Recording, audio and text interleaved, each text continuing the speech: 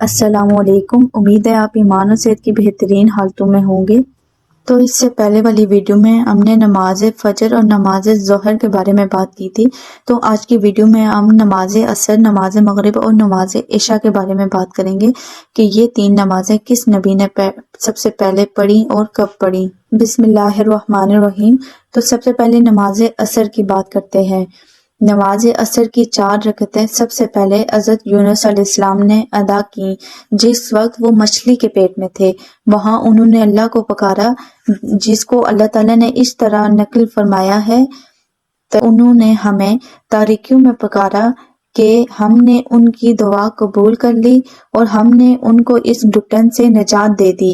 اور 4 رکعتیں اس لیے ادا فرمائی کہ اللہ تعالیٰ نے ان کو 4 تاریکیوں سے نجات عطا فرمائی تھی۔ ایک، مچھلی کے پیٹ کی تاریکی سے، دوسرے پانی کی تاریکی سے، تیسرے بادل کی تاریکی سے، اور چوتھے رات کی تاریکی سے۔ ان 4 تاریکیوں سے نجات کے شکرانے میں عصر کے وقت حضرت یونس علیہ السلام نے 4 رکعت نماز ادا فرمائی۔ اللہ تعالیٰ کو یہ 4 رکعت اتنی پسند آئیں کہ انہوں نے حضور اقدس کی امت پہ ان کو فرض فرما دیا۔ تو اب نماز مغرب کی بات کرتے ہیں۔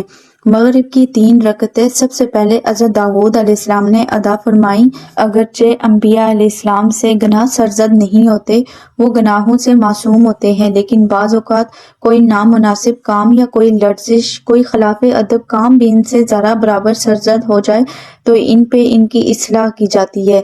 بہرحال حضرت داؤد علیہ السلام کی کسی لرزش کے بعد جب اللہ تعالیٰ نے ان کی بخشش کا اعلان فرمایا کہ یعنی ہم نے ان کی مغفرت کر دی، تو اس وقت حضرت داؤد علیہ السلام نے اس بخشش کے شکرانے میں مغرب کے 4 رکعت کی نیت باندھی۔ جب 3 رکعت ادا فرمائیں تو اس کے بعد آپ پہ اپنی لرزش کے احساس کا ایسا غلبہ ہوا کہ آپ بے چین ہو گئے، اور اس بے چینی کی وجہ سے آپ چوتھی رکعت پڑھ نہ سکے اور چوتھی رکعت پڑھنے کی ہمت نہ رہی۔ یہ 3 رکعت اللہ تعالیٰ کو اتنی پسند آئیں کہ انہوں نے حضرت محمد صلی اللہ علیہ وآلہ وسلم کی امت پر ان کو مغرب کے وقت فرض فرما دیا۔ تو اب نماز عشاء کی فرضیت کے بارے میں بات کرتے ہیں۔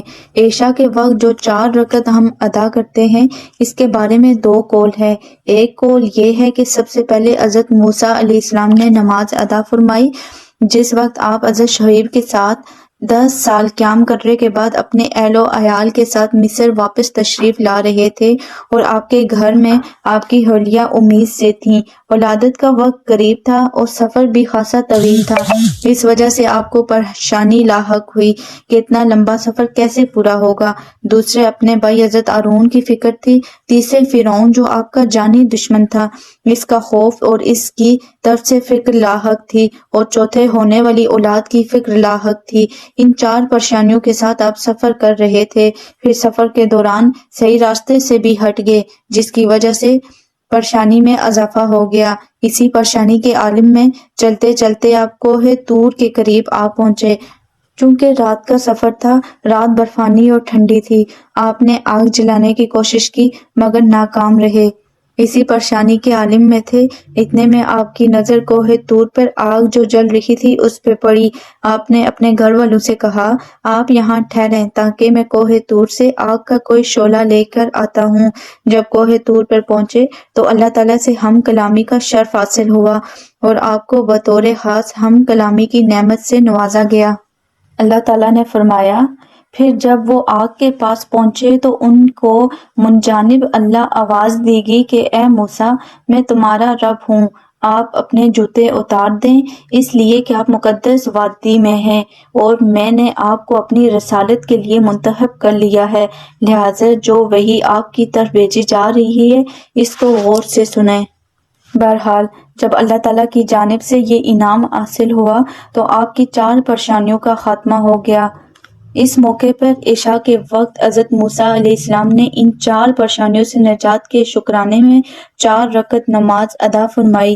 یہ 4 رکعت اللہ تعالیٰ کو اتنی پسند آئی کہ حضور اقدس صلی اللہ علیہ وآلہ وسلم کی امت پر ان کو فرض کر دیا۔ دوسری روایت یہ ہے کہ یہ عشاء کی نماز سب سے پہلے حضرت محمد صلی اللہ علیہ وآلہ وسلم نے ادا فرمائی، اس لیے یہ نماز بہت اہم ہے۔ اللہ پاک ہم سب کو نماز پڑھنے کی توفیق عطا فرمائے۔ اگر آپ نے کچھ سیکھا ہے تو لائک شیئر کرنا مت بھولیے گا۔ ملتے ہیں نیکسٹ ویڈیو میں نیکسٹ ٹاپک کے ساتھ۔ اپنا ڈھیر سارا خیال رکھیے گا۔ اللہ حافظ۔